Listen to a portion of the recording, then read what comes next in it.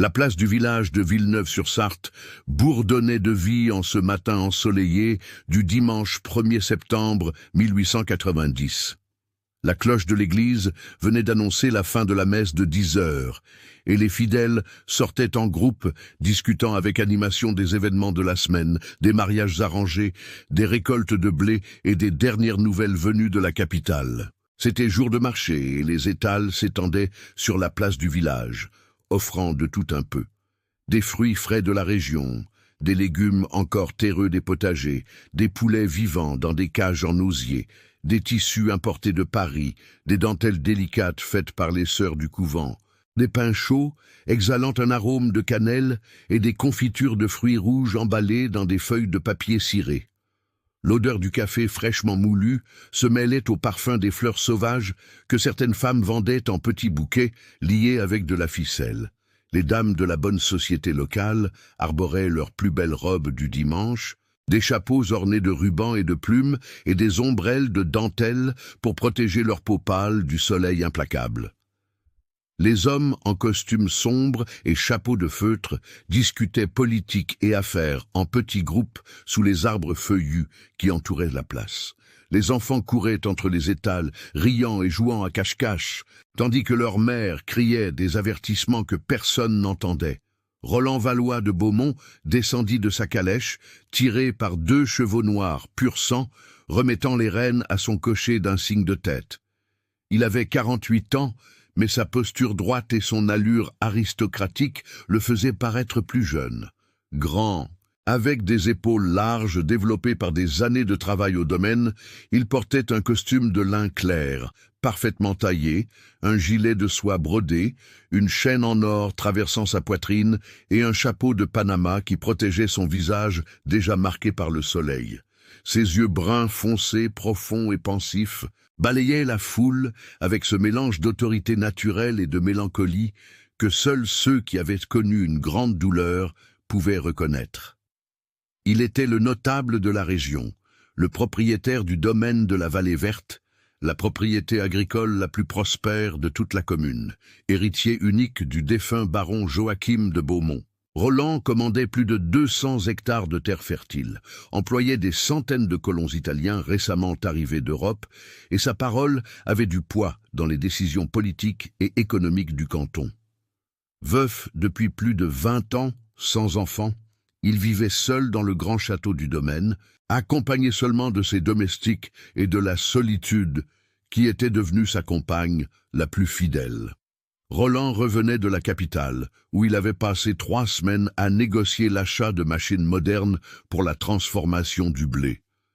C'étaient des équipements importés d'Angleterre, chers, mais nécessaires pour maintenir le domaine compétitif en ces temps de changement.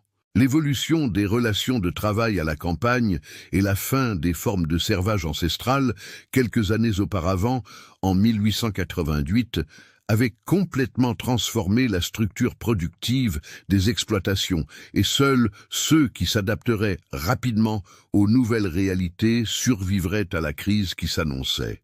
Il traversait la place en direction de l'entrepôt de M. Tertullien, où il devait commander quelques provisions pour le domaine, quand quelque chose le fit s'arrêter brusquement.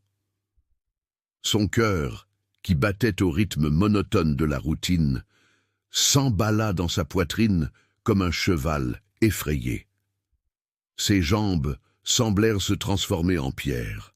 L'air quitta ses poumons, comme s'il avait reçu un coup de poing dans l'estomac. Là, à quelques mètres, près de l'étal de tissu de Madame Mathilde, se tenait une femme. Ce n'était pas n'importe quelle femme, c'était elle, Hélène. Même après 28 ans, même avec ses cheveux désormais légèrement grisonnants, attachés en un simple chignon, même avec les fines rides que le temps et la souffrance avaient dessinées autour de ses yeux clairs, Roland la reconnut instantanément. Il était impossible de ne pas la reconnaître. Ce visage était gravé dans son âme, au fer rouge. Il avait hanté ses rêves toutes les nuits pendant près de 3 décennies. C'était la dernière image qu'il voyait avant de dormir et la première au réveil. Hélène portait une simple robe de coton foncé, rapiécée avec soin aux ourlets, un châle délavé sur les épaules, malgré la chaleur, et elle portait un panier en osier au bras. Elle était plus mince qu'il ne s'en souvenait, le visage plus anguleux, les mains plus rêches et travaillées. Mais ses yeux couleur miel qui l'avaient ensorcelé quand il avait 20 ans, restaient les mêmes, grands, expressifs, remplis de cette douceur qui donnait envie à tout homme de la protéger du monde entier. Elle n'était pas seule. À ses côtés, chacun tenant l'une de ses mains, se tenaient 2 petits garçons jumeaux qui semblaient avoir environ 8 ans. Ils étaient identiques, des cheveux châtains foncés coupés irrégulièrement, des visages maigres, mais aux traits délicats, des vêtements pauvres, mais propres et soigneusement rapiécés. Des pieds nus couverts de la poussière de la route, ils semblaient bien élevés, silencieux, avec cette gravité précoce qui marque les enfants qui grandissent trop vite, qui connaissent le manque et la difficulté avant de connaître l'enfance. Hélène examinait un coupon de tissu, imprimé de petites fleurs, palpant la qualité du matériau de doigts experts, calculant clairement mentalement si elle pouvait ou non se permettre cette dépense. Madame Mathilde, connue pour sa générosité envers les plus démunis, offrait un prix spécial, gesticulant avec enthousiasme. Les garçons regardaient autour d'eux avec une curiosité contenue. Ce genre de curiosité disciplinée d'enfants qui ont appris à ne rien demander, à ne pas créer d'attente. Roland ne pouvait pas bouger, c'était comme si ses pieds étaient cloués au pavé irrégulier de la place. Son cœur battait si fort qu'il craignait que tous autour de lui puissent l'entendre. 28 ans, plus d'un quart de siècle depuis la dernière fois qu'il l'avait vue. Et maintenant, elle était là, si près qu'il pourrait traverser la place et la toucher en moins d'1 minute. Mais que dirait-il? Comment expliquerait-il toutes ces années? Comment demanderait-il pardon pour la lâcheté qui l'avait poussé à l'abandonner quand elle avait le plus besoin de lui? Comment justifierait-il d'avoir choisi le devoir, la richesse, le nom de la famille, au lieu de l'amour, du seul véritable amour qu'il ait jamais ressenti de toute sa vie, tandis que Roland restait paralysé, menant une guerre interne entre le désir désespéré de courir vers elle et la honte paralysante du passé? Hélène termina sa conversation avec Madame Mathilde. Elle secoua la tête négativement avec un sourire triste, rendit le tissu et serra doucement les mains des garçons, se préparant à partir. C'est à ce moment-là qu'elle leva les yeux et le vit. Le monde entier sembla s'arrêter. Hélène resta immobile, ses yeux couleur miel s'écarquillant sous le choc. La couleur quitta son visage, la laissant pâle comme la cire. Sa main libre vola à sa poitrine, pressant son cœur qui avait sûrement battu aussi vite que le sien. Ses lèvres s'entr'ouvrirent légèrement, mais aucun son n'en sortit. Pendant un instant infini, ils se regardèrent simplement à travers la distance qui les séparait, à travers les années qui les séparaient, à travers toutes les douleurs, les regrets et les larmes qui les séparaient. Les garçons remarquèrent la réaction soudaine de leur mère et levèrent les yeux, confus, essayant de comprendre ce qui l'avait tant perturbé. L'un d'eux, celui de droite, tira délicatement la manche de sa robe. « Maman », dit le garçon d'une voix basse et inquiète. « Tu te sens mal ?» Hélène cligna des yeux comme si elle sortait d'une transe et baissa les yeux vers ses enfants. Roland la vit déglutir, la vit forcer un sourire rassurant qui n'atteignait pas ses yeux. Il la vit lisser les cheveux du garçon d'une main tremblante. « Non, mon enfant, je vais bien, » murmura-t-elle, sa voix rauque, presque inaudible même pour Roland, qui s'approchait maintenant inconsciemment, ses pieds se mouvant de leur propre volonté. Maman a juste vu quelqu'un qu'elle ne s'attendait pas à voir. Roland arriva à leur hauteur avant même de réaliser qu'il avait commencé à marcher. De près, il pouvait voir tous les détails que la distance cachait, les fines rides autour de ses yeux, les mains calleuses de celle qui travaille beaucoup, l'alliance de laiton bon marché à son annulaire, le châle avec 3 rapiéçages soigneusement cousus pour cacher les trous.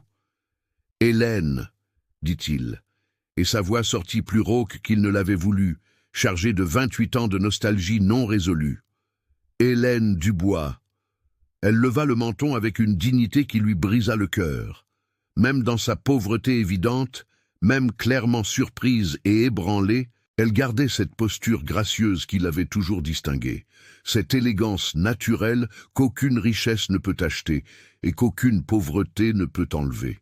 « Monsieur le baron, » répondit-elle, sa voix ferme, malgré le tremblement qu'il parvenait à détecter. Elle utilisa le traitement formel, créant une distance sûre entre eux, les replaçant dans les rôles que la société leur attribuait, le riche baron et la pauvre veuve. « Quelle surprise de vous voir ici au village. Je pensais que vous voyagiez.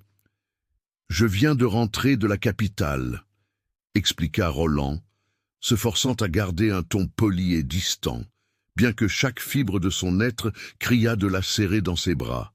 Affaire du domaine. Ses yeux descendirent involontairement vers les deux garçons qui le regardaient avec une curiosité prudente, se cachant partiellement derrière les jupes de leur mère. « Ce sont vos enfants ?» La question sortit plus abrupte qu'il ne l'avait voulu, presque comme une accusation. Hélène se raidit visiblement, son instinct maternel de protection s'activant immédiatement.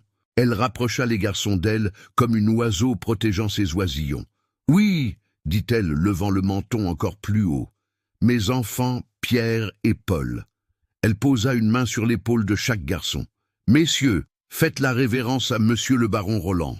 Il est le propriétaire du domaine de la Vallée Verte, l'homme le plus important de cette région. » Les garçons, bien élevés malgré leurs vêtements pauvres, firent des révérences respectueuses, gardant les yeux baissés comme il était de coutume lorsque des gens simples s'adressaient à l'aristocratie rurale. « Très heureux, monsieur le baron, » dirent-ils à l'unisson, leur voix enfantine brisant légèrement le nœud dans la gorge de Roland. Il s'accroupit, se mettant à la hauteur des yeux des enfants, un geste qui fit tourner la tête de plusieurs personnes sur la place, surprises. Les hommes de sa position ne s'abaissaient pas littéralement devant des enfants pauvres. Mais Roland ne se souciait pas des apparences à ce moment-là. « Le plaisir est pour moi, mes jeunes amis, » dit-il avec sincérité, étudiant leur visage. Ils étaient maigres, ne mangeaient clairement pas autant qu'ils le devraient, mais leurs yeux étaient brillants et intelligents. « Quel âge avez-vous » ? « 8 ans, monsieur, » répondit le garçon qu'Hélène avait appelé Pierre, le plus audacieux des deux. « Nous sommes nés le même jour, c'est pourquoi nous sommes jumeaux. » « Je comprends. » Roland sourit légèrement, une pointe de douleur transperçant sa poitrine. 8 ans. Hélène était enceinte de ses garçons seulement 6 ans après s'être mariée, 6 ans après qu'il l'eût abandonnée. Pendant qu'il vivait sa vie vide au domaine, elle construisait une famille, aimait un autre homme, avait des enfants d'un autre homme. Et ce sont de bons garçons. Ils obéissent à leur mère, toujours, monsieur. Paul, le plus timide, parla pour la première fois. « Maman travaille beaucoup. Nous essayons d'aider autant que nous pouvons. » Roland sentit son cœur se serrer douloureusement. Il se leva, reportant son regard vers Hélène, qui observait l'interaction avec une expression indéchiffrablement complexe, mélange de fierté, de tristesse et de quelque chose d'autre qu'il ne parvenait pas à identifier. « Ce sont de beaux garçons, » dit-il doucement, « rien que pour elle. Vous devez être très fiers d'eux. »« Je le suis, » répondit Hélène, et pour la première fois, il vit ses défenses s'abaisser légèrement, laissant transparaître un aperçu d'émotion authentique. Ils sont toute ma vie, tout ce que je fais est pour eux. Il y eut un silence pesant entre eux, chargé de milliers de mots non dits, de questions non posées, d'explications non offertes. Autour d'eux, la vie de la place continuait normalement. Des commerçants criant leurs offres, des enfants riant, des femmes bavardant, des chevaux hennissant. Mais pour Roland et Hélène, le monde s'était rétréci pour ne contenir que d'eux et le fantôme du passé qui les hantait. « Et vous ?» Roland se força à demander, bien qu'il craignît la réponse. « Votre mari, il va bien ?» Le visage d'Hélène se ferma immédiatement comme une coquille se refermant pour protéger la perle vulnérable à l'intérieur. Ses yeux se détournèrent, se fixant sur un point lointain par-delà son épaule. « Antoine est décédé, » dit-elle d'une voix basse et contrôlée. « Il y a un peu plus d'1 an, ce fut un accident. » Et Roland sentit un choc parcourir son corps, un mélange confus d'émotions qui le remplissait de honte. choc, tristesse pour sa perte et quelque chose qu'il n'osait nommer, quelque chose de terriblement proche du soulagement, de l'espoir. Il se sentit immédiatement coupable de telles pensées. Un homme était mort, laissant une veuve et des orphelins. « Je suis désolé », dit-il sincèrement. C'était vrai. Il était désolé pour sa douleur, pour ce qu'elle avait traversé. Cela a dû être très difficile pour vous et pour les garçons. Hélène acquiesça simplement, les lèvres fermement serrées, ne voulant clairement pas discuter du sujet là, sur la place pleine d'oreilles curieuses et de langues encore plus curieuses. Roland voyait des femmes chuchoter derrière leurs éventails, des hommes échangeant des regards significatifs. Monsieur le baron Roland de Beaumont parlant ouvertement avec la veuve d'Antoine Dubois, le charpentier noceur. Cela alimenterait les commérages du village pendant des semaines. « Comment subvenez-vous à vos besoins ?» demanda Roland, incapable de contenir l'inquiétude qui transparaissait dans sa voix. « Avez-vous du travail? Les garçons sont-ils bien pris en charge ?» La fierté s'enflamma dans les yeux d'Hélène, cette fierté féroce dont il se souvenait si bien de leur jeunesse, qu'il avait fait refuser son aide financière d'innombrables fois avant le mariage.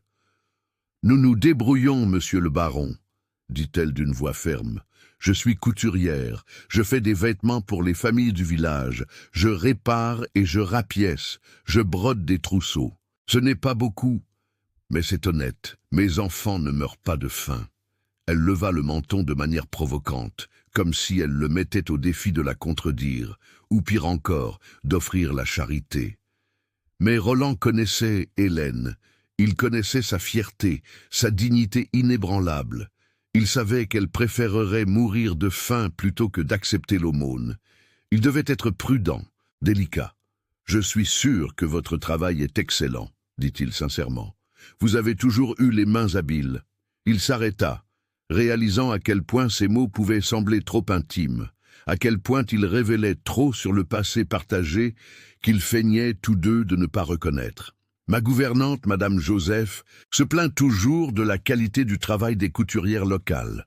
Peut-être pourriez-vous faire quelques travaux pour le domaine? Nous avons besoin de nouveaux vêtements pour les ouvriers agricoles, de rapiessage, de linge de maison, ce genre de choses. Hélène l'étudia longuement, ses yeux intelligents cherchant des arrière-pensées, cherchant la charité déguisée en affaires. Roland garda son expression neutre, professionnelle, attendant. « Je peux établir un devis, dit-elle finalement avec prudence. Si c'est un prix juste et un travail honnête, j'accepte. Bien sûr que ce sera juste. » Roland sentit un poids quitter ses épaules. Au moins ainsi, il pourrait l'aider sans heurter sa fierté. Que diriez-vous de passer au domaine cette semaine? Madame Joseph pourra vous montrer exactement ce qui doit être fait et vous pourrez convenir des prix et des délais. Hélène hésita, clairement partagée entre la nécessité de travailler et l'inconfort d'entrer dans la maison où il vivait, d'être à nouveau si près de lui. « Je ne sais pas si... » commença-t-elle. « Maman, nous avons besoin de ce travail, » l'interrompit Pierre doucement, tirant sa manche.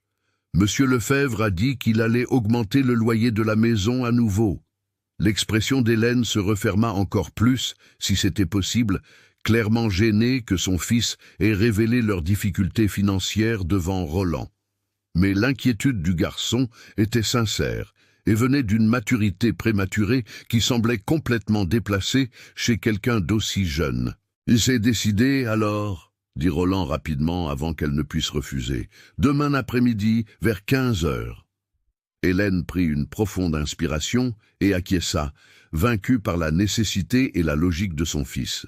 « Demain à 15 heures, accepta-t-elle.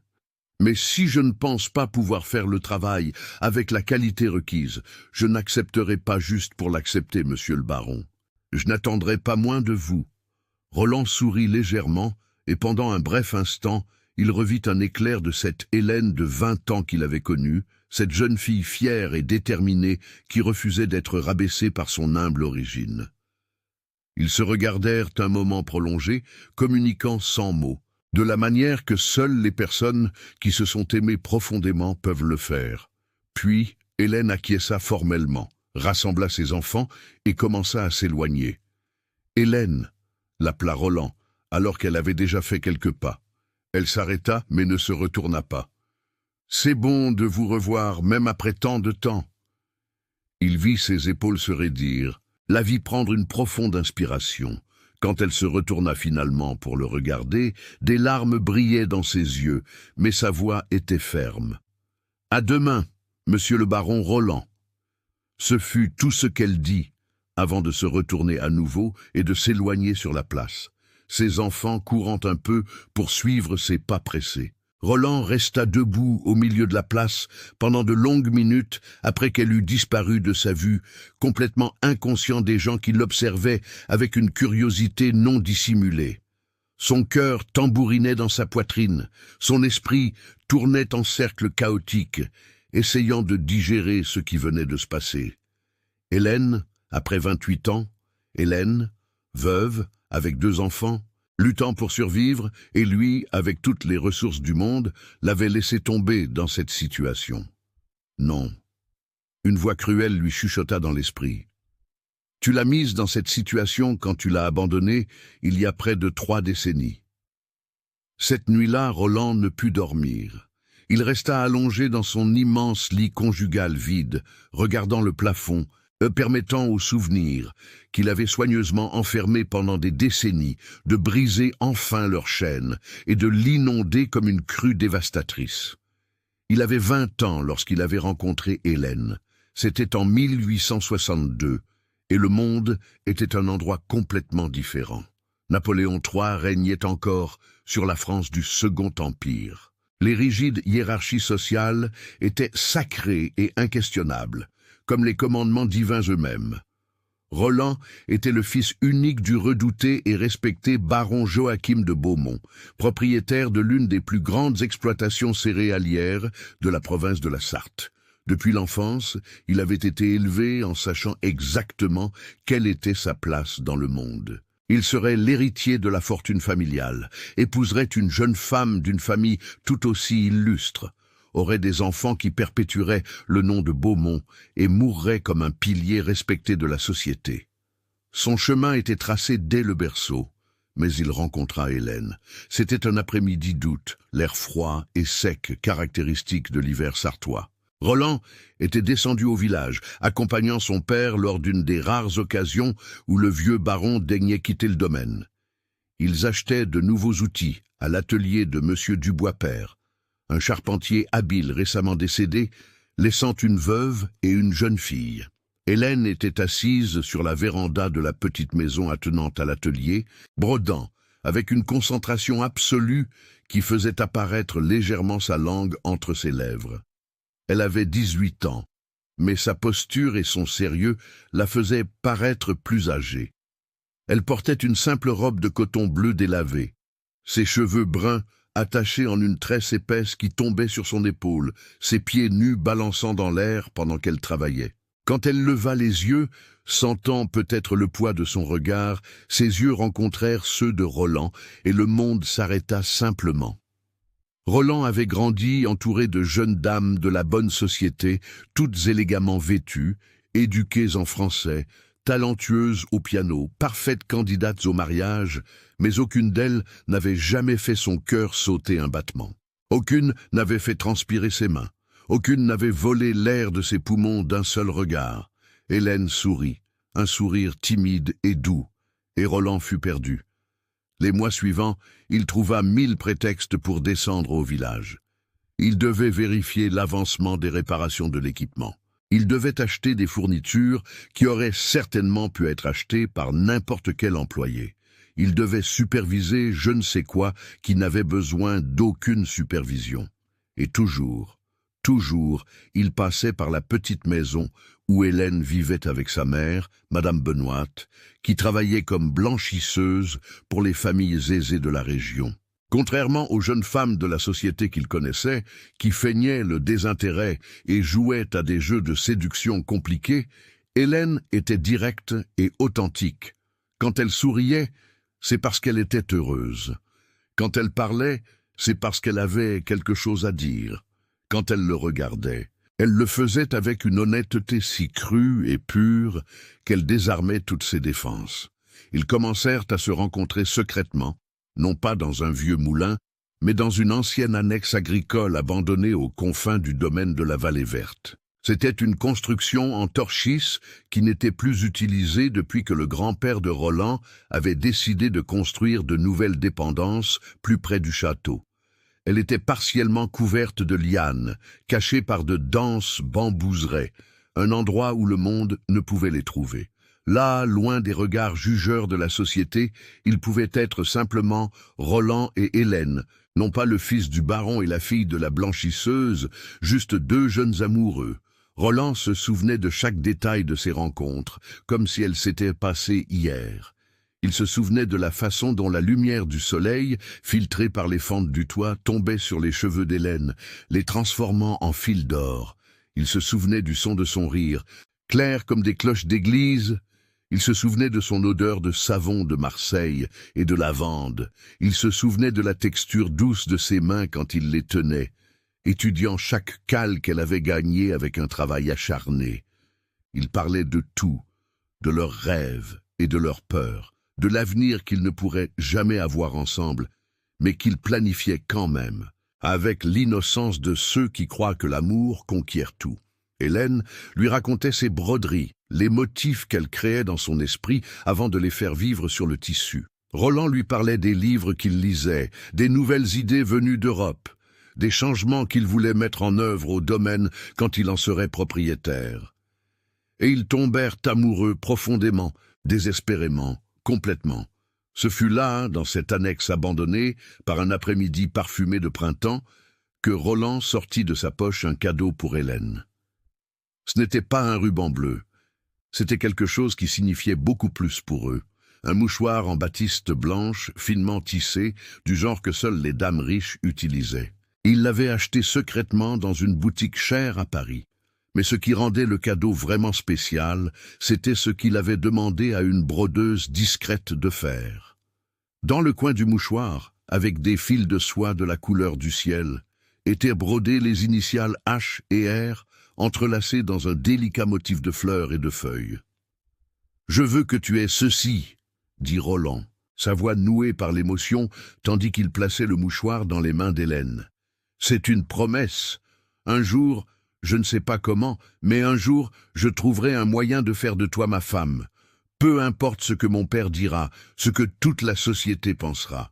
C'est toi, Hélène. Cela a toujours été toi. Cela le sera toujours. » Hélène prit le mouchoir de main tremblante, ses yeux se remplissant de larmes, tandis qu'elle traçait les initiales brodées de doigts révérencieux.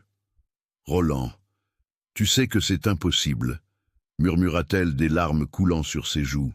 « Ta famille n'acceptera jamais. Tu es un Beaumont.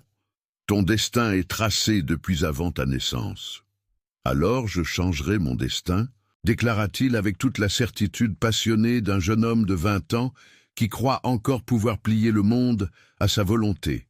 « Je parlerai à mon père. Je lui ferai comprendre que tu es la seule femme que je pourrais aimer. Je renoncerai à l'héritage, s'il le faut. Je travaillerai de mes propres mains. Je construirai une vie pour nous. Ce ne sera pas une vie de richesse, mais ce sera une vie d'amour. » Hélène toucha son visage avec une tendresse qui lui brisa le cœur, ses yeux couleur miel nageant dans les larmes. « Je ne peux pas te laisser faire ça, » dit-elle doucement. « Je ne peux pas te laisser tout abandonner pour moi. Ce serait égoïste de ma part. » Mais elle serra le mouchoir contre sa poitrine. « Je le garderai pour toujours. Quoi qu'il arrive, Roland, sache que tu es le seul homme que j'ai jamais aimé, que j'aimerais. Mon cœur est à toi. Il l'a toujours été. Il le sera toujours. » Ils s'embrassèrent tandis que le soleil se couchait dehors, peignant le ciel d'oranges et de roses, inconscients que ce seraient les derniers moments de bonheur pur qu'ils partageraient pendant de très très longues décennies. Car une semaine plus tard, et tout s'effondra. Le baron Joachim entra dans la bibliothèque où Roland étudiait. Son visage était un masque de pierre, ses yeux froids comme la glace. « Alors c'est vrai ?» dit-il sans préambule, sa voix coupant l'air comme une lame de rasoir. « Mon fils, héritier du nom de Beaumont, se rabaisse avec la fille d'une blanchisseuse. » Roland sentit le sang se figer dans ses veines. « Père, Silence! Le baron frappa sa canne d'ivoire sur le sol avec tant de force que Roland sursauta. Je ne veux pas entendre tes justifications pathétiques. Penses-tu que je ne sais rien, que je n'ai pas d'yeux et d'oreilles dans chaque recoin de cette propriété et de ce misérable village? Ta femme de chambre, Yvette, vous a vu dans l'annexe abandonnée. Elle l'a dit à la gouvernante. La gouvernante me l'a dit. Roland sentit la nausée monter à sa gorge. Il avait été trahi par quelqu'un de sa propre maison. Il découvrirait plus tard que c'était Yvette, la femme de chambre qu'il avait toujours servi les yeux baissés et plein de ressentiment, fille illégitime d'un voisin que le baron avait acheté à prix d'or. Elle regardait toujours Hélène, avec une haine à peine dissimulée quand elle se trouvait au village, jalouse de sa liberté malgré sa pauvreté. « Père, je vous en supplie. » Roland se leva, le désespoir teignant sa voix. « J'aime Hélène, je sais qu'elle n'a pas de dot, que sa famille est humble, mais l'amour. » Le baron cracha le mot comme s'il s'agissait de poison. « Tu es encore plus sot que je ne le pensais. L'amour est pour les poètes et les rêveurs. Les hommes de notre position ont des devoirs, des responsabilités, des lignées à préserver. Tu épouseras celle que je te désignerai quand je le voudrai, et tu oublieras cette fantaisie ridicule avec une fille sans avenir. Je refuse. » Roland leva le menton, essayant de paraître plus courageux qu'il ne se sentait. « Je n'épouserai personne d'autre qu'Hélène. » Le sourire qui traversa le visage du baron était terrible à voir. « Très bien, si tel est ton choix, laisse-moi t'expliquer les conséquences. Premièrement, tu seras déshérité. Tu n'hériteras pas d'un sou, pas d'un lopin de terre, pas même le droit d'utiliser le nom de Beaumont. Deuxièmement, je m'assurerai personnellement qu'aucun commerçant de cette région ou de la capitale ne te donne d'emploi ou de crédit. Tu seras un paria. Troisièmement, et là sa voix baissa jusqu'à un murmure mortel, je m'assurerai que la famille de cette fille souffre aussi. Sa mère fait la lessive pour des familles aisées, n'est-ce pas? Un mot par-ci, une insinuation par-là, et elle n'aura plus de clients. Cette misérable petite maison où elles vivent est sur une terre qui appartient à l'un de mes compagnons de club. Un mot de ma part, et elles seront à la rue, avant la fin du mois. Roland sentit le monde s'effondrer autour de lui. Il ne s'agissait pas seulement de lui, il s'agissait d'Hélène, de sa mère malade. S'il défiait son père, ce ne serait pas seulement lui qui souffrirait. Ce serait Hélène qui en paierait le prix le plus élevé. Alternativement, continua le baron d'une voix douce et venimeuse, tu peux faire le choix sensé, épouser la jeune femme que j'ai déjà choisie pour toi, Gabrielle Bernier, fille du commandeur Bernier de Lyon. Bonne famille, dot généreuse, éducation impeccable, tu rempliras ton devoir, hériteras du domaine à ma mort, et construiras l'avenir qui a été planifié pour toi depuis ta naissance. Et Hélène... Roland eut du mal à prononcer les mots. La jeune fille est jeune, elle t'oubliera, elle épousera quelqu'un de son propre niveau social, elle aura sa propre vie. C'est mieux ainsi pour toutes les personnes impliquées. Roland passa cette nuit dans l'agonie. Il arpenta les terres du domaine jusqu'à l'aube, luttant contre la décision la plus difficile de sa vie. L'amour contre le devoir, le cœur contre la responsabilité, son bonheur contre la sécurité d'Hélène. Finalement, ce fut en pensant à Hélène qu'il se décida. S'il l'emmenait avec lui sans rien, quelle vie aurait-il? Il travaillerait comme journalier s'il pouvait trouver du travail.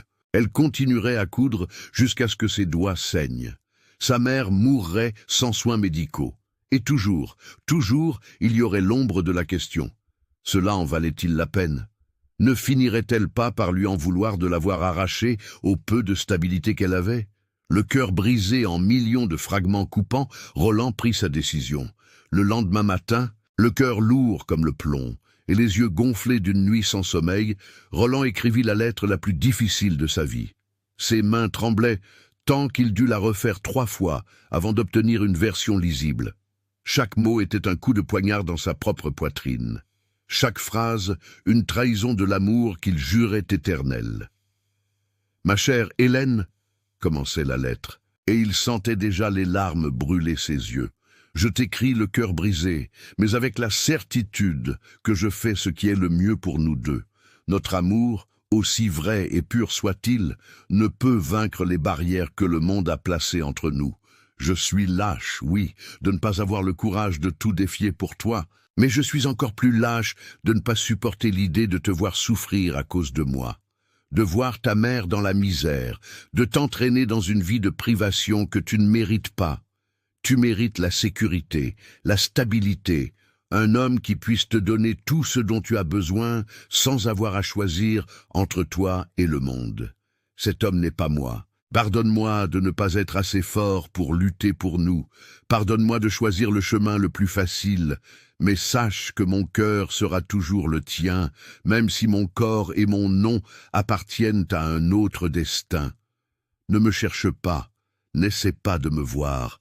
Ce sera plus facile pour nous deux si nous coupons complètement. Garde le mouchoir en souvenir de ce qui aurait pu être, de ce qui aurait dû être, mais ne sera jamais. Avec tout l'amour qu'un homme peut ressentir, même sans le droit de le sentir, Roland. Il plia la lettre avec soin, la scella avec de la cire rouge et appela Benoît, l'un des ouvriers agricoles de confiance du château. Un homme qui avait servi la famille avant même la naissance de Roland et qui avait toujours traité le jeune maître avec une affection sincère. « Benoît, » dit Roland, sa voix rauque, « j'ai besoin que tu remettes cette lettre à mademoiselle Hélène Dubois au village. Mets-la entre ses mains personnellement et Benoît. » Il serra le bras du vieil homme avec une force désespérée. « Ne me dis pas comment elle a réagi. Ne me dis pas ce qu'elle a dit. Je ne veux pas savoir. Je ne peux pas savoir. » Benoît regarda le jeune homme qu'il avait vu grandir, et dans ses yeux, il y avait une tristesse profonde et compréhensive. Il avait aimé et perdu aussi. Il connaissait le goût amer de cette douleur. « Oui, monsieur Roland, » dit-il doucement, « je ferai comme vous ordonnez. » Roland s'enferma dans sa chambre pour le reste de la journée, incapable d'affronter le monde, incapable de s'affronter lui-même. Il resta allongé sur son lit, regardant le plafond, imaginant Hélène lisant la lettre, imaginant son visage s'effondrant, imaginant ses larmes, imaginant son cœur se brisant en morceaux, tout comme le sien était déjà brisé. Hélène reçut la lettre en fin d'après-midi. Elle aidait sa mère à étendre le linge sur la corde quand elle vit Benoît s'approcher de la petite maison, son visage grave et triste. Elle sut immédiatement, avec cet instinct terrible qui nous avertit parfois de catastrophes imminentes, que quelque chose n'allait pas du tout. « Mademoiselle Hélène, » dit Benoît, ôtant son chapeau respectueusement. « Monsieur Roland a demandé que je vous remette ceci. » Hélène prit la lettre de main qui commençait déjà à trembler. Elle reconnut immédiatement l'élégante écriture de Roland sur l'enveloppe. Son cœur s'accéléra, oscillant entre espoir et terreur. « Merci, monsieur Benoît, » réussit-elle à dire, sa voix étrangement calme, malgré la panique grandissante dans sa poitrine.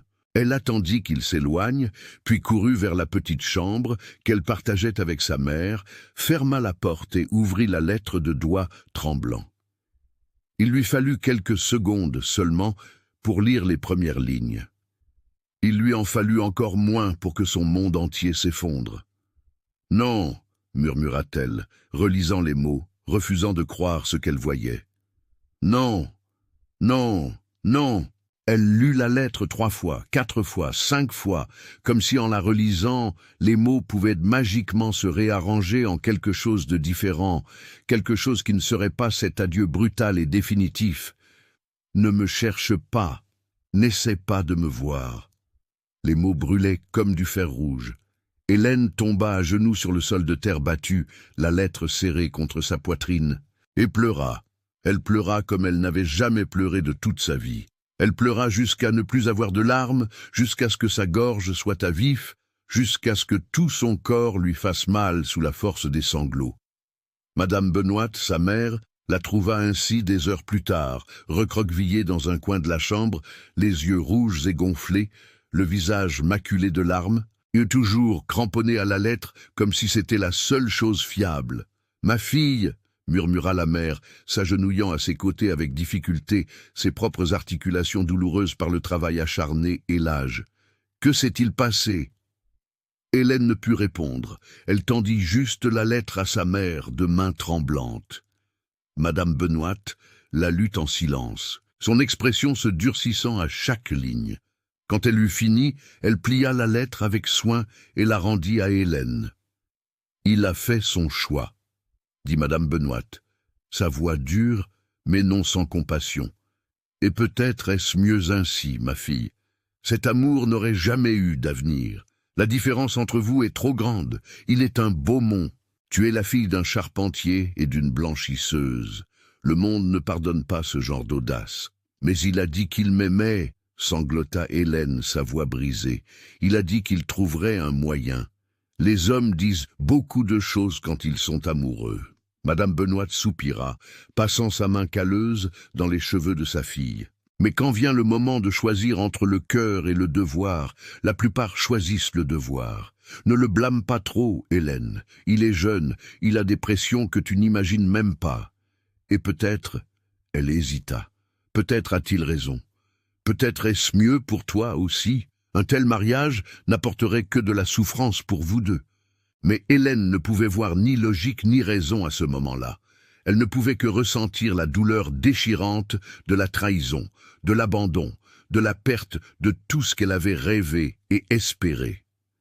Cette nuit-là, elle sortit le mouchoir brodé de l'endroit où elle le gardait, dans une petite boîte en bois qui avait appartenu à son père. Elle regarda les initiales entrelacées, H et R, qui maintenant semblaient se moquer d'elle. Sa première impulsion fut de le brûler, de le détruire, d'effacer tout souvenir de Roland de sa vie, mais elle n'y parvint pas. Même à travers la douleur, même à travers la colère, elle ne put détruire ce morceau de tissu qui représentait le seul moment de sa vie où elle s'était sentie vraiment aimée, vraiment valorisée, vraiment vue. Elle plia le mouchoir avec soin, le remit dans la boîte et rangea la boîte au fond de son coffre. Elle ne le regarderait plus, mais elle ne le détruirait pas non plus. Ce serait son secret, son souvenir privé d'un amour qui avait existé, même brièvement, même s'il s'était terminé dans la douleur. Les semaines suivantes furent un flou de souffrance pour Hélène. Elle continuait ses travaux de couture, machinalement, ses mains exécutant les mouvements familiers, tandis que son esprit était distant, perdu dans les souvenirs et les regrets. Elle cessa de manger correctement, cessa de dormir plus de quelques heures par nuit. Ses amies et voisines remarquaient sa maigreur croissante, ses yeux cernés, mais elle insistait sur le fait qu'elle était juste fatiguée, juste avec l'estomac dérangé. Elle n'alla pas à l'annexe abandonnée, n'essaya pas de voir Roland. Sa lettre avait été claire. « Ne me cherche pas ».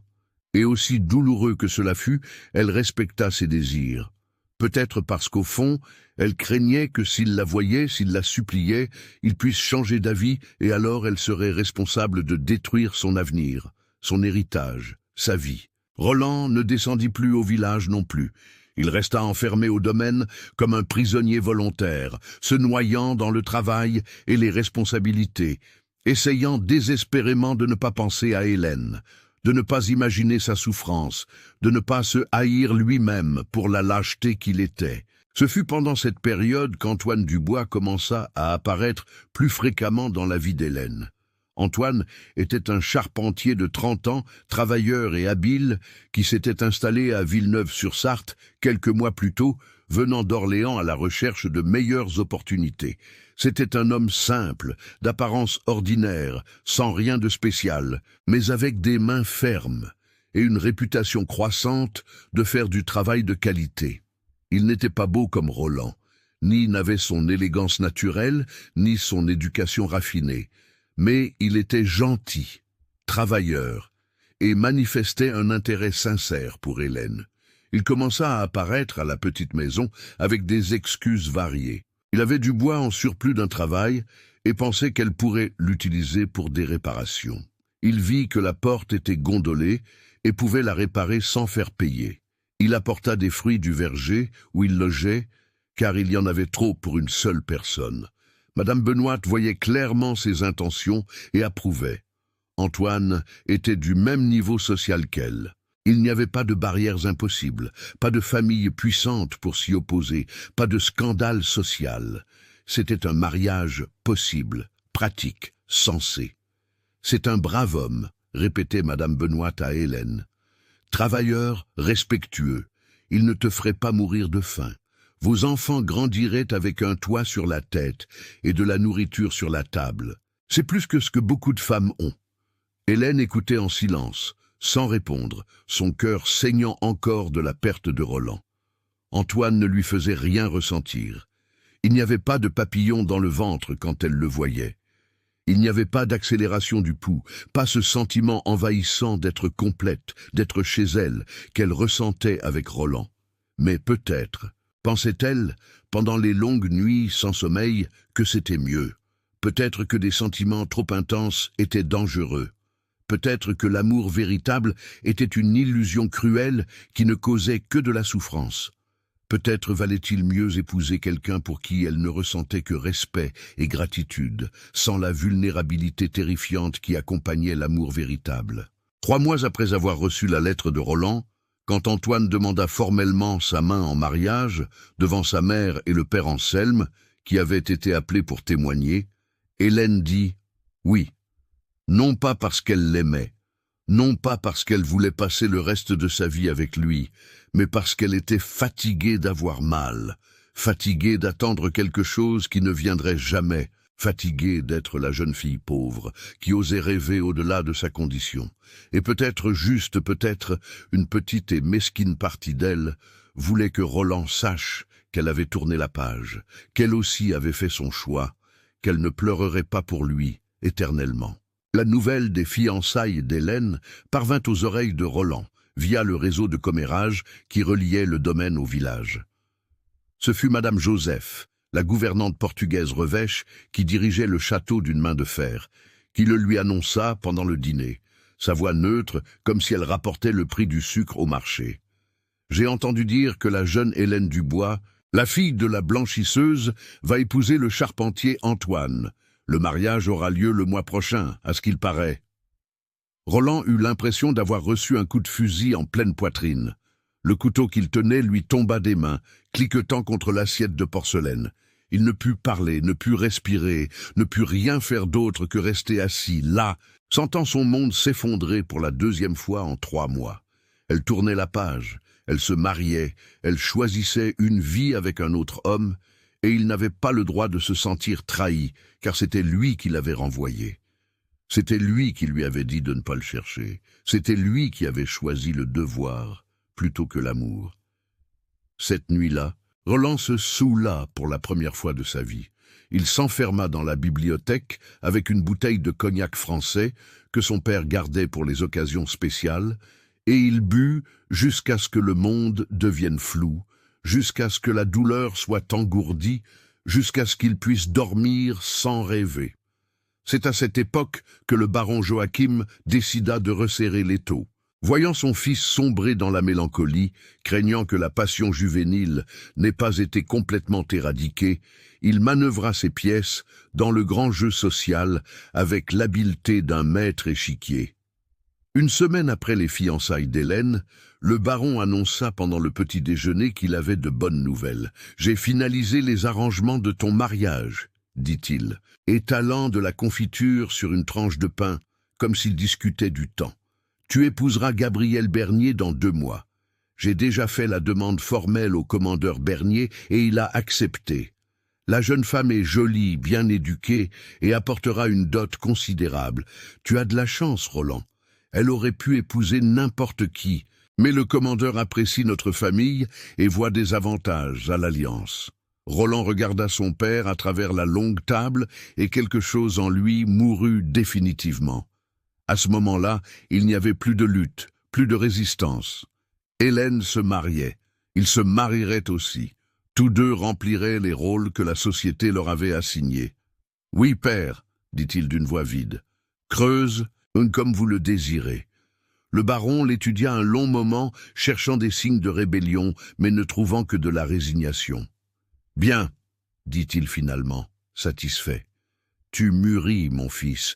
Tu apprends que les sentiments personnels sont des luxes, que les hommes de notre position ne peuvent pas se permettre d'avoir. Tu seras un bon propriétaire terrien, un bon continuateur du nom de Beaumont. » Mais Roland ne se sentait pas comme un homme qui mûrissait. Il se sentait comme un homme qui mourait de l'intérieur, une coquille vide traversant les mouvements de la vie sans réellement vivre. Les deux mariages eurent lieu le même mois d'octobre 1862. Le mariage d'Hélène avec Antoine fut une cérémonie simple dans la petite chapelle du village. Elle portait une robe empruntée à une amie, retouchée et ajustée avec peine. Il n'y avait pas de fleurs élaborées, juste un petit bouquet de marguerites sauvages que Madame Benoît avait cueillies au bord du ruisseau. Il n'y avait pas de musicien, juste le vieil orgue de la chapelle joué par sœur Eulalie du couvent. Il n'y avait pas de banquet, juste un modeste déjeuner chez un voisin généreux. Quand le père Anselme lui demanda si elle acceptait Antoine pour époux, Hélène dut forcer les mots à sortir de sa gorge. « J'accepte ». Ce n'était pas un mensonge. Exactement. Elle acceptait. Elle acceptait la réalité. Elle acceptait son destin. Elle acceptait que l'amour véritable n'avait été qu'un rêve fugace. Et maintenant, il était temps de se réveiller et de vivre dans le monde réel. Antoine l'embrassa avec enthousiasme après la cérémonie et Hélène ferma les yeux, essayant de ressentir quelque chose, n'importe quoi, au-delà du vide qui dominait sa poitrine. Cette nuit-là, dans la petite maison qu'Antoine avait louée pour eux, elle remplit ses devoirs d'épouse, les yeux fermés, pensant à un autre homme, se sentant comme une traîtresse, mais incapable de s'arrêter. Le mariage de Roland avec Gabrielle eut lieu seulement une semaine plus tard, lors d'une cérémonie opulente dans la chapelle du domaine de la Vallée Verte, qui fit parler les riches familles de la région pendant des mois. Gabrielle Bernier avait 19 ans et était tout ce que la société attendait d'une épouse appropriée pour un futur baron. Belle de manière classique et contenue, avec des cheveux noirs parfaitement coiffés, une peau claire, soigneusement protégée du soleil, des mains délicates qui n'avaient jamais connu le travail acharné. Elle parlait couramment français, jouait du piano avec compétence, brodait avec talent, et avait été éduquée dans un pensionnat de jeunes filles à Lyon. Elle était aussi complètement dénuée de personnalité. Non pas qu'elle fût stupide ou cruelle, elle était simplement vide. Formée pour être l'épouse parfaite, elle avait perdu toute étincelle individuelle qu'elle aurait pu avoir. Ses conversations étaient insipides, ses opinions des échos de ce qu'elle avait appris qu'il était approprié de penser. Ses émotions étaient soigneusement modulées pour ne jamais être excessives. Roland l'avait rencontrée seulement 3 fois avant le mariage. Des conversations courtes et supervisées où ils avaient discuté du temps, de la beauté du domaine et des responsabilités qu'elle assumerait en tant que maîtresse de maison. Elle approuvait tout ce qu'il disait avec des sourires polis et des réponses monosyllabiques. Il ne l'aimait pas. Elle ne l'aimait pas, et tous deux le savaient et l'acceptaient comme naturel et approprié. La nuit de noces, après la fête extravagante qui dura jusqu'aux premières heures du matin, après que les invités furent enfin partis, Roland et Gabrielle se retrouvèrent seuls pour la première fois dans leurs appartements conjugaux. Gabrielle était visiblement nerveuse, comme on pouvait s'y attendre d'une jeune femme vierge élevée dans des couvents. Roland essaya d'être doux, patient, mais c'était difficile quand son cœur et son esprit étaient à des kilomètres de là, avec une autre femme qui avait probablement, elle aussi, sa nuit de noces avec un autre homme. Quand tout fut fini, Gabrielle se retourna et s'endormit rapidement, épuisée. Roland resta éveillé, regardant le plafond, se sentant plus seul que jamais de toute sa vie, malgré la présence d'une épouse couchée à ses côtés. Les années qui suivirent furent une succession de jours vides pour les deux couples, mais de manière radicalement différente. Pour Roland et Gabrielle, la vie au domaine de la Vallée Verte s'installa dans une routine froide et distante. Ils étaient polis l'un envers l'autre, respectueux, remplissaient de leurs obligations matrimoniales avec la régularité appropriée. Mais il n'y avait pas de chaleur, pas d'intimité véritable, pas cette connexion profonde qui transforme une maison en un foyer. Gabrielle assuma l'administration du château avec une efficacité mécanique. Les repas étaient servis ponctuellement. Les vêtements étaient toujours propres et repassés. Les meubles brillaient de cire d'abeille. Les fleurs étaient changées quotidiennement. Tout était parfait et sans vie, comme un musée bien entretenu. Elle tenta de tomber enceinte, comme c'était son devoir principal. Mois après mois, elle attendait avec anxiété les signes qui ne venaient jamais.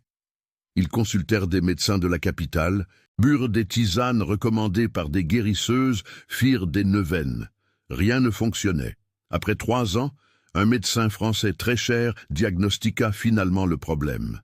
Gabrielle avait une malformation de l'utérus qui rendait extrêmement improbable qu'elle puisse mener une grossesse à terme. Elle pourrait tomber enceinte, peut-être, mais perdrait probablement le bébé dans les premiers mois. La nouvelle fut dévastatrice pour elle, car son unique but, reconnu en tant qu'épouse, était de donner des héritiers. Si elle ne pouvait pas le faire, quelle était sa valeur? Roland tenta de la consoler, disant que cela n'avait pas d'importance, qu'ils étaient encore jeunes, que peut-être un miracle se produirait, mais il voyait la honte et la culpabilité dans ses yeux, et ne savait pas comment les enlever. La vérité secrète, qu'il n'admettrait jamais, même à lui-même, était qu'il ressentait un soulagement terrible. S'il n'y avait pas d'enfant, il n'y avait pas ce lien permanent avec Gabrielle. Il n'y avait pas d'héritier le liant irrévocablement à ce mariage vide. Pour Hélène et Antoine, les premières années furent différentes. Antoine était un brave homme, sincèrement. Il travaillait dur. Il ne leva jamais la main sur Hélène. Il ramenait son salaire à la maison sans le gaspiller en boissons ou en jeux, comme beaucoup d'hommes le faisaient. Hélène tenta d'être une bonne épouse. Elle cuisinait, nettoyait, réparait ses vêtements, acceptait ses avances nocturnes sans se plaindre. Pendant la journée, elle continuait son travail de couture, contribuant aux revenus familiaux. Le soir, elle brodait, tandis qu'Antoine fumait sa pipe et lisait le journal à voix haute. Ce n'était pas du malheur, mais ce n'était pas non plus du bonheur. C'était l'existence, la survie, l'accomplissement de rôles. Le problème était qu'Antoine était tombé amoureux d'Hélène et qu'elle n'avait jamais pu lui rendre cet amour avec la même intensité. Il le voyait dans ses yeux, dans les moments où elle pensait qu'il ne la regardait pas, lorsque son expression devenait distante et mélancolique. « Tu penses encore à lui ?» dit Antoine un soir après 5 ans de mariage. Sa voix était chargée d'amertume et de fatigue. « Le fils du baron, tu l'aimes encore. » Hélène n'essaya pas de nier. Elle était fatiguée de mentir, de faire semblant. « Ce n'est pas juste pour toi, » dit-elle doucement. « Je sais, j'essaie de ne pas y penser. J'essaie vraiment d'être une bonne épouse pour toi, Antoine. Je sais que tu essaies. » Il soupira, passant sa main dans ses cheveux. « Et tu es une bonne épouse. Meilleure que ce que je mérite, probablement. Mais c'est difficile d'aimer quelqu'un qui ne t'aime pas en retour, Hélène. C'est difficile de partager un lit avec une femme dont le cœur appartient à un autre. » Ils restèrent silencieux un long moment, le poids de la vérité planant entre eux. « Je suis désolé, » murmura Hélène. Et c'était vrai. Elle était désolée de ne pouvoir donner à Antoine ce qu'il méritait, mais elle ne pouvait forcer des sentiments qui n'existaient tout simplement pas. Cette conversation marqua un changement dans leur mariage. Antoine commença à travailler plus d'heures, à rentrer à la maison plus tard, à parler moins. Hélène voyait la tristesse grandir en lui comme une ombre et se sentait coupable, mais impuissante. Ce fut pendant cette période qu'Hélène découvrit qu'elle était enceinte. La nouvelle aurait dû être un motif de joie. Antoine était extasié, sa mélancolie temporairement écartée par la perspective d'être père. Mais Hélène ressentait quelque chose de plus compliqué. L'espoir mêlé à la peur, la joie mêlée à la culpabilité. Un bébé signifiait un lien permanent avec Antoine. Cela signifiait qu'elle ne pourrait jamais le quitter, jamais regretter, jamais avoir une deuxième chance si le destin en offrait une. Mais cela signifiait aussi un but. Cela signifiait quelqu'un à aimer inconditionnellement, quelqu'un qui dépendrait complètement d'elle, quelqu'un qui pourrait combler le vide dans son cœur que Roland avait laissé. La grossesse fut difficile. Hélène souffrit de nausées terribles pendant les premiers mois, d'enflures douloureuses pendant les derniers, et puis, au 8e mois, le médecin annonça la nouvelle inattendue. Ce n'était pas un bébé, c'étaient des jumeaux. Pierre et Paul naquirent par une froide nuit de juin 1882, 20 ans après le mariage d'Hélène. Ce furent des accouchements difficiles, et il y eut des moments où la sage-femme craignit de perdre la mère, les bébés ou les deux. Mais Hélène lutta avec une férocité qui surprit tout le monde, refusant d'abandonner, refusant de laisser ses enfants orphelins avant même qu'ils ne connaissent le monde. Quand on lui plaça finalement les deux bébés dans les bras, minuscules et rouges, criant de toutes les forces de leurs jeunes poumons, Hélène ressentit quelque chose qu'elle n'avait pas ressenti depuis 2 décennies. Un amour véritable, intense, bouleversant. « Mais garçon !» murmura-t-elle, des larmes coulant sur son visage épuisé. « Mes beaux garçons !» Antoine regarda sa femme et ses enfants avec un amour si pur et intense qu'il en eut mal. À ce moment-là, il décida que peu importait qu'Hélène ne l'aimât jamais comme lui l'aimait, peu importait qu'elle gardât encore un autre homme dans son cœur. Ils avaient une famille maintenant, et il ferait tout son possible pour la protéger et en prendre soin. Pendant ce temps, au domaine de la Vallée Verte, Roland reçut la nouvelle de la mort de son père. Le baron Joachim souffrit d'une crise cardiaque foudroyante lors d'une discussion houleuse avec un acheteur de blé, s'écroulant mort au milieu de la place de Villeneuve-sur-Sarthe, devant des dizaines de témoins choqués. Roland avait 30 ans. Il devint le seigneur absolu du domaine de la Vallée Verte, l'un des hommes les plus riches et puissants de la région, et ne ressentit qu'un immense vide. Sans le poids de l'autorité paternelle sur lui, sans l'excuse qu'il n'obéissait qu'aux ordres, il dut affronter la vérité. Il avait choisi cela. Il avait choisi la richesse plutôt que l'amour. Il avait choisi le statut plutôt que le bonheur. Et maintenant, il vivait les conséquences de ce choix. Gabrielle devint encore plus renfermée après la mort de son beau-père, comme si sans la présence du baron, elle ne savait plus quel rôle jouer. Elle était une ombre dans le château, présente mais pas remarquée, utile mais pas aimée. Roland tenta d'être bon avec elle, ne fut jamais cruel. Il ne l'insulta jamais, ne la blâma jamais de ne pouvoir avoir d'enfant, mais il ne pouvait pas lui donner d'amour, car son cœur était prisonnier quelque part entre le passé et un avenir alternatif qui n'existerait jamais. Et puis, seulement 3 ans après la mort du baron, Gabrielle tomba malade. Cela commença par une toux persistante qu'elle insistait n'être qu'un rhume. Puis vint la fièvre, puis l'extrême fatigue, puis le sang en toussant, la tuberculose. La maladie qui tuait plus de Français que tout autre, qui ne respectait ni classe sociale ni richesse, qui transformait les personnes saines en spectres en quelques mois. Roland fit venir les meilleurs médecins de la capitale, fit construire une chambre spéciale avec de grandes fenêtres pour l'air frais, comme les médecins le recommandaient. Il acheta des médicaments chers importés d'Europe. Il s'assura qu'elle ait la meilleure nourriture, les meilleurs soins, le meilleur de tout. Mais rien ne fonctionna. Gabrielle dépérissait sous ses yeux, devenant plus maigre, plus pâle, plus faible chaque jour. Elle savait qu'elle mourrait. Tous le savaient. Une nuit, quelques jours avant la fin, elle appela Roland dans sa chambre. Sa voix n'était qu'un murmure rauque. Son corps si fragile qu'il semblait qu'un vent fort pourrait l'emporter. « Roland !» dit-elle, chaque mot un effort. « J'ai toujours su, en lui tenant la main. La jeune femme que tu aimais avant moi. Je n'ai jamais su son nom, mais je savais qu'elle existait. Je l'ai vue dans tes yeux le jour de notre mariage. Tu étais là physiquement. Mais ton cœur. » Roland sentit les larmes lui monter aux yeux. « Gabrielle, je ne... » Elle l'interrompit d'un faible geste de la main. « Laisse-moi finir. Je voulais. Je ne te blâme pas. Tu as essayé d'être un bon mari. Tu as essayé de me rendre heureuse. Ce n'est pas ta faute si je n'étais pas celle que tu voulais. Et ce n'est pas ta faute si je n'ai pas pu te donner d'enfant. » Une larme coula de son œil. « Je suis désolé pour cela, de ne pas pouvoir laisser quelqu'un pour continuer ton nom, afin que tu ne sois pas si seul. »« Tu n'as pas à t'excuser, » dit Roland, sa voix étranglée. « De rien, tu as été une bonne épouse, meilleure que ce que je méritais. » Gabrielle sourit faiblement. « Quand je mourrai, murmura-t-elle, ne passe pas trop de temps à te lamenter. Cherche cette jeune femme, si elle est encore libre. Ne fais pas la même erreur 2 fois, Roland. La vie est trop courte pour vivre sans amour. » Elle mourut 3 jours plus tard, paisiblement dans son sommeil, à seulement 28 ans.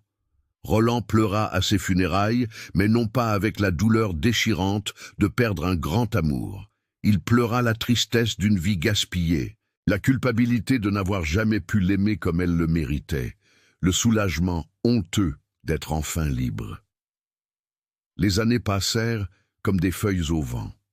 Roland resta seul au domaine, travaillant avec obsession, modernisant les opérations, traitant bien ses travailleurs, acquérant une réputation de propriétaire juste, mais distant. Il ne se remaria pas, n'eut pas d'enfant, vécut comme un fantôme dans sa propre vie.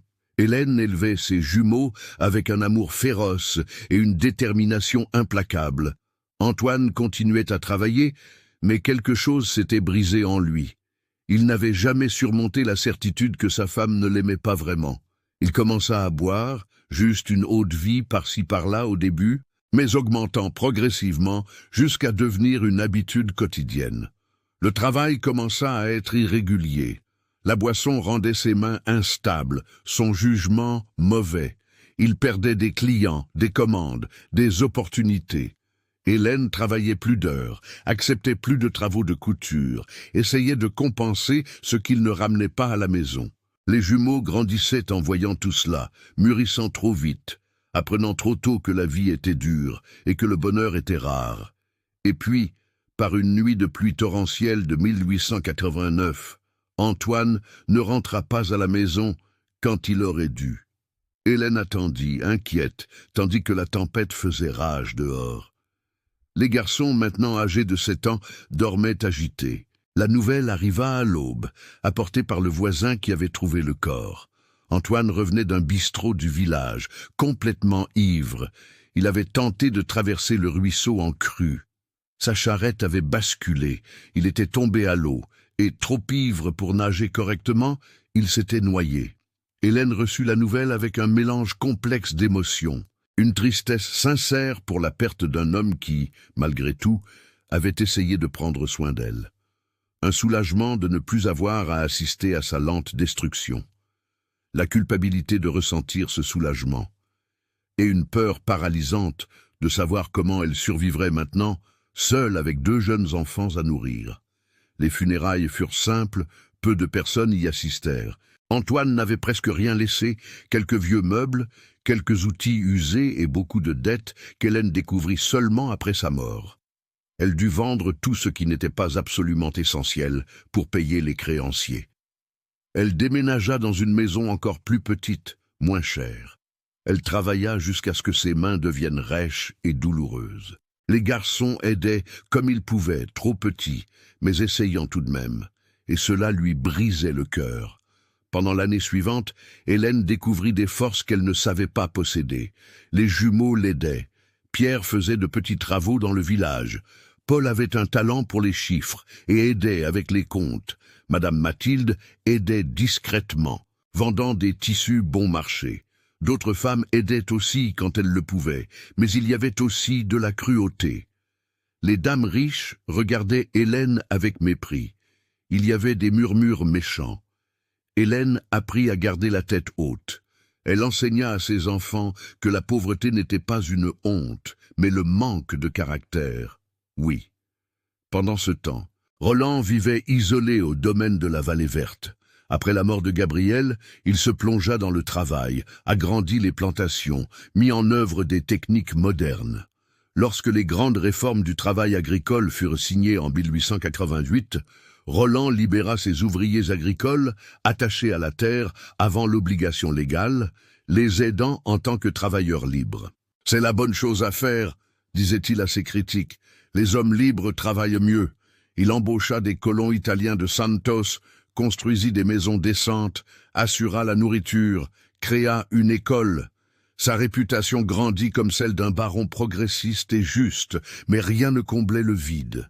La nuit, Roland sortait d'un tiroir fermé un mouchoir en batiste, le père de celui qu'il avait donné à Hélène. Il traçait les initiales H et R.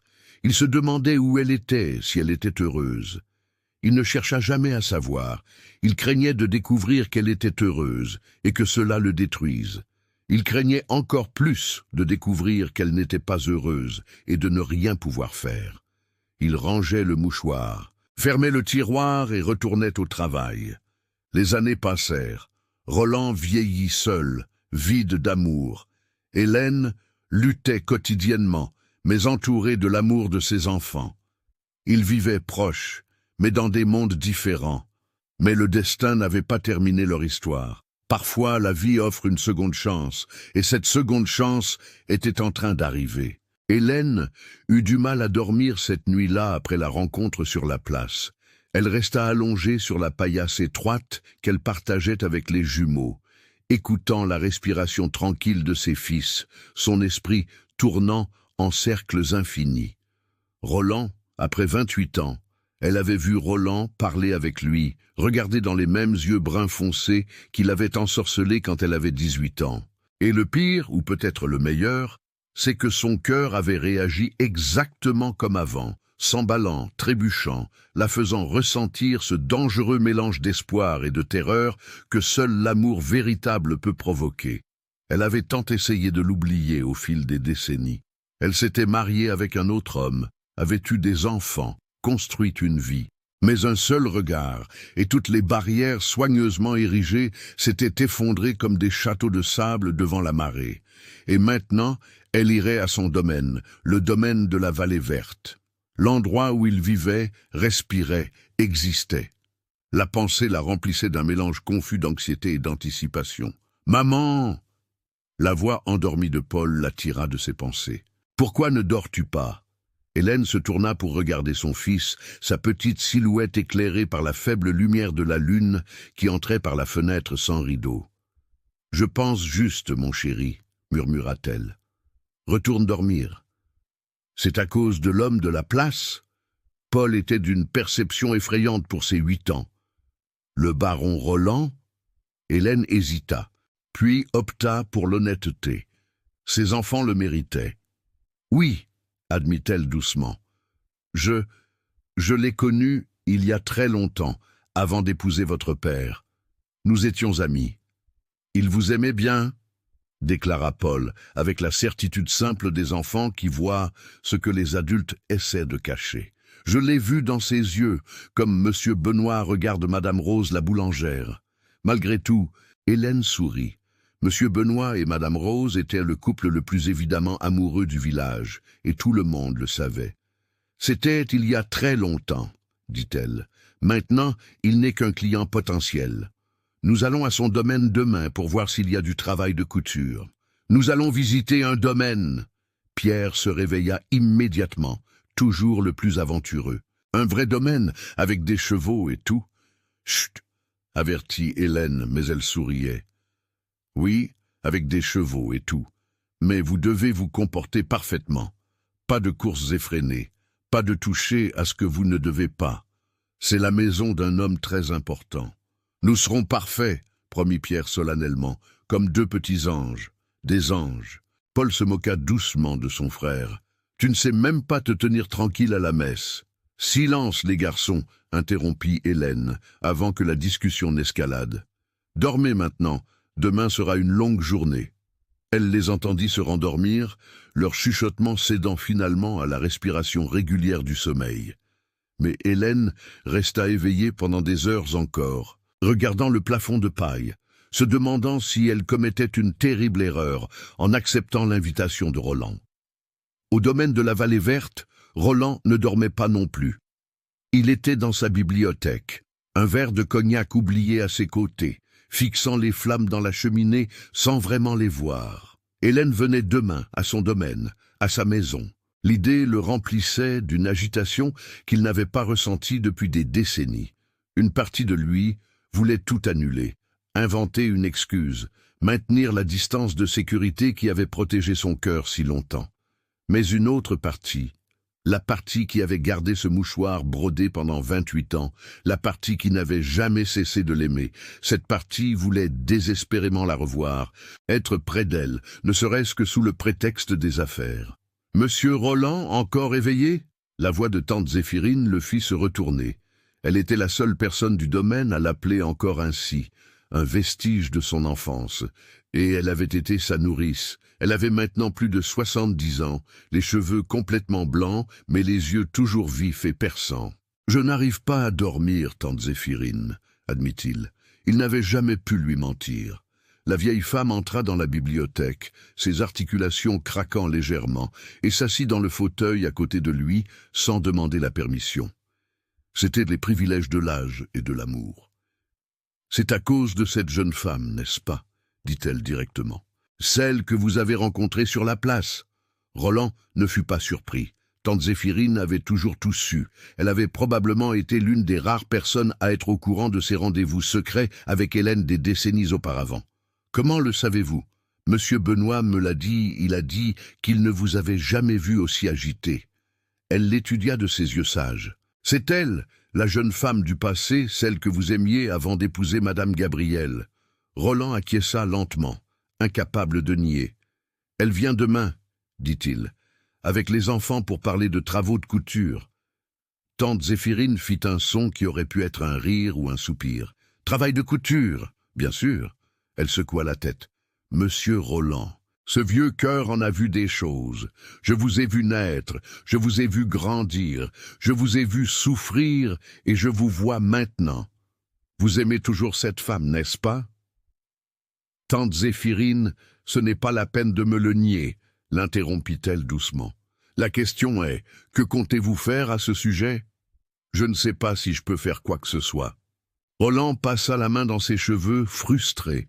28 ans, tante Zéphirine, presque 3 décennies. Elle est veuve, oui, mais avec des enfants à élever. Et même si elle ressentait encore quelque chose, ce dont je doute fort, que dirait la société ? Un baron et une couturière pauvre. La société parle toujours, dit tante Zéphirine avec la sagesse accumulée des décennies. Elle a parlé quand vous avez épousé Madame Gabrielle, que vous n'aimiez pas. Elle a parlé quand elle est morte.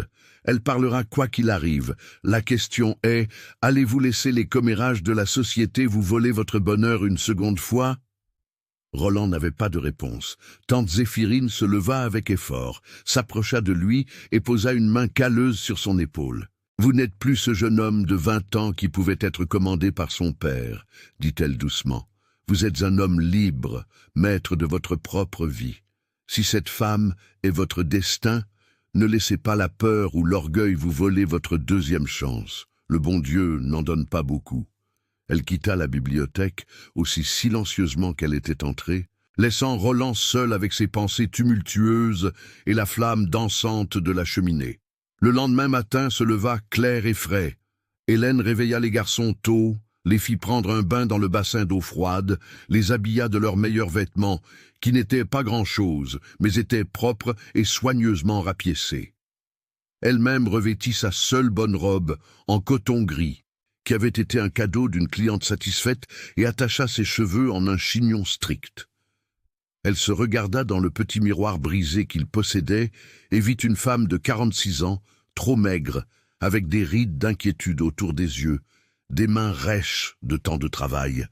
Ce n'était plus la jeune femme rayonnante que Roland avait aimée. Le temps et la souffrance avaient laissé leur marque, mais ses yeux, au moins, étaient toujours les mêmes. Et quand elle pensait à Roland, il brillait encore d'une étincelle qu'elle pensait éteinte. « Maman est belle », dit Pierre loyalement, lui serrant la taille. « Très belle », acquiesça Paul. « Monsieur le baron va aimer. » Hélène sentit ses joues brûler. Cela n'a rien à voir avec. C'est juste des affaires, les garçons, juste du travail. Les jumeaux échangèrent un regard qui disait clairement qu'ils ne la croyaient pas, mais ils furent assez sages pour ne rien dire. Le chemin jusqu'au domaine de la Vallée Verte prenait environ 1 heure à pied. Hélène avait pensé demander à un voisin qui avait une charrette de les emmener, mais décida que marcher serait mieux. Cela lui donnait le temps de se préparer mentalement. Les garçons couraient devant sur le chemin de terre, excités par l'aventure, revenant périodiquement pour lui montrer quelques découvertes fascinantes. Un oiseau particulièrement beau, une pierre à la forme intéressante, un lézard prenant le soleil. Quand ils aperçurent enfin les portes du domaine de la Vallée Verte, Hélène dut s'arrêter un instant, son cœur battant follement. Les portes étaient hautes et imposantes, faites de fer forgé avec le blason de la famille de Beaumont au sommet. Au-delà, s'étendait une allée bordée de grands platanes qui conduisait au château, visible au loin comme une structure blanche et majestueuse. « Waouh !» murmura Pierre, les yeux écarquillés. « C'est un palais, non ?»« Ce n'est pas un palais, » corrigea Paul, toujours le plus pratique. « C'est une grande maison, mais c'est très, très grand. » Hélène prit une profonde inspiration, lissa sa robe et conduisit ses enfants à travers les portes. Un ouvrier qui s'occupait des jardins les vit et s'approcha. Son visage curieux, mais non hostile. « Bonjour », dit Hélène avec toute la dignité qu'elle put rassembler. « Mon nom est Hélène Dubois. Monsieur le baron Roland m'attend. » L'homme les étudia un instant, puis acquiesça. « Ah oui, le maître a prévenu. Suivez-moi, s'il vous plaît. » Ils marchèrent le long de l'allée, Hélène tenant fermement les mains des garçons. Plus ils s'approchaient, plus le château était impressionnant. Il avait 2 étages, de larges balcons avec des colonnes, d'énormes fenêtres aux vitres colorées, des jardins méticuleusement entretenus avec des fontaines et des statues. C'était le genre d'endroit où Hélène ne devrait jamais appartenir. Et pourtant, il y avait une étrange familiarité, une sensation de déjà-vu, comme si dans une autre vie, elle avait marché sur ces mêmes chemins. Roland les attendait sur le balcon principal. Quand il les vit approcher, il descendit les marches rapidement et Hélène remarqua qu'il était également nerveux, à en juger par la façon dont ses mains s'ouvraient et se refermaient sur les côtés de son corps. « Hélène, » dit-il quand ils furent assez proches, sa voix chargée d'une émotion mal contenue. « Merci d'être venu. Je vous attendais avec impatience. » Les yeux descendirent vers les garçons et son visage s'adoucit avec un sourire sincère. « Pierre, Paul, soyez les bienvenus au domaine de la Vallée Verte. J'espère que vous aimerez ce que j'ai préparé pour vous montrer aujourd'hui. » Les jumeaux firent les révérences polies qu'Hélène leur avait fait répéter le matin, mais leurs yeux couraient partout, essayant de tout absorber d'un coup. Les colonnes blanches du château, les immenses fenêtres qui reflétaient le soleil, les jardins où les ouvriers prenaient soin de fleurs qu'ils n'avaient jamais vues. « Monsieur a des chevaux ?» demanda Pierre, incapable de se contenir plus longtemps, ses mots sortant dans un torrent anxieux. Roland rit, un son riche et chaleureux qui fit le cœur d'Hélène sauter un battement. C'était le même rire dont elle se souvenait 28 ans auparavant, quand ils étaient jeunes et que le monde semblait plein de possibilités. « Oui, j'ai beaucoup de chevaux. Certains ont même de jeunes poulains nés cette année. Que diriez-vous, après que votre mère et moi aurons discuté affaire, de vous les montrer? Vous pourrez même en caresser quelques-uns si vous voulez. » Nous pouvons. Les 2 garçons se tournèrent vers Hélène avec des supplications identiques dans leurs yeux, leurs expressions si pleines d'espoir qu'ils lui brisaient le cœur. « Si monsieur le baron Roland a le temps, et si ce n'est pas un dérangement, » commença Hélène avec hésitation, ne voulant pas s'imposer. « Ce n'est aucun dérangement, » interrompit Roland avec fermeté. « Ce sera un plaisir. » Il offrit son bras à Hélène avec un geste formel qui appartenait à un autre temps, un autre lieu. « Entrons. Ma gouvernante, Madame Joseph, a préparé le petit déjeuner. J'imaginais que la marche depuis le village serait longue et que vous devriez avoir faim. » Hélène hésita une seconde seulement avant d'accepter son bras, très consciente des yeux curieux de quelques ouvriers qui passaient. Le toucher, même à travers les couches de tissu, envoya un courant électrique à travers son corps, réveillant des souvenirs de mains entrelacées lors d'après-midi secrets. Aux yeux de Roland, elle sentit la même chose, ses pupilles se dilatant légèrement, sa respiration devenant un peu plus rapide. En marchant vers le château, Roland lui montra différents aspects du domaine, sa voix prenant un ton presque nerveux, remplissant le silence d'informations. « Cette construction là-bas est la maison des colons italiens. Nous avons 3 familles maintenant, de bons travailleurs. Et là, il désigna un autre bâtiment. C'est là où nous transformons le blé. J'ai fait venir de nouvelles machines d'Angleterre, beaucoup plus efficaces. » Les garçons écoutaient fascinés, posant des questions auxquelles Roland répondait patiemment, appréciant clairement leur curiosité. Hélène observait l'interaction avec une boule dans la gorge, voyant comment Roland traitait ses enfants avec un respect sincère, comme si leurs questions étaient importantes, comme s'ils étaient importants. L'intérieur du château était encore plus impressionnant que l'extérieur. Des parquets en larges planches de bois noble polis à la perfection, des meubles en palissandre sculptés, des rideaux de velours, des lustres en cristal, des miroirs aux cadres dorés. Chaque pièce qu'il traversait était une démonstration de richesse et de bon goût. Hélène se sentit complètement déplacée dans sa robe simple et ses chaussures rapiécées. Une femme d'âge moyen, aux cheveux gris, attachée en un chignon sévère, au visage strict et désapprobateur, les attendait dans le salon principal. Ses yeux balayèrent Hélène de la tête aux pieds dans une évaluation qui trouva là.